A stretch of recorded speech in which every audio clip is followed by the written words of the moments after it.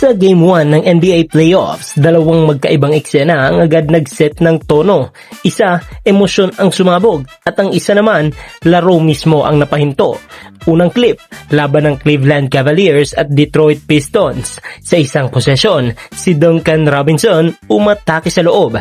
Pumasok ang floater kahit may depensa at may kasamang foul. Malinis na end one play pero doon nagsimulang magbago ang momentum. Pagkatapos ng play, direkta niyang hinarap si James Harden at sinigawan. Malapitan. Sinundan pa ng chest bump. Doon na uminit ang sitwasyon. Hindi ito pinalampas ni Harden. Agad siyang gumanti ng tulak. Mabilis na pumasok ang mga referee para pagilan ang posibleng mas malaking gulo.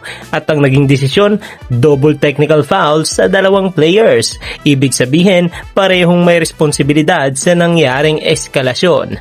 Sa ganitong stage ng playoffs, malinaw ang standard. Kailangan kontrolado ang emosyon kahit gaano kataas ang tensyon. Pangalawang clip, ibang klaseng eksena naman sa pagitan ng Los Angeles Lakers at Oklahoma City Thunder. Sa isang hustle play, si Jared Vanderbilt sinubukang abutin ang bola pero imbes na bola, backboard ang tinamaan ng kamay niya.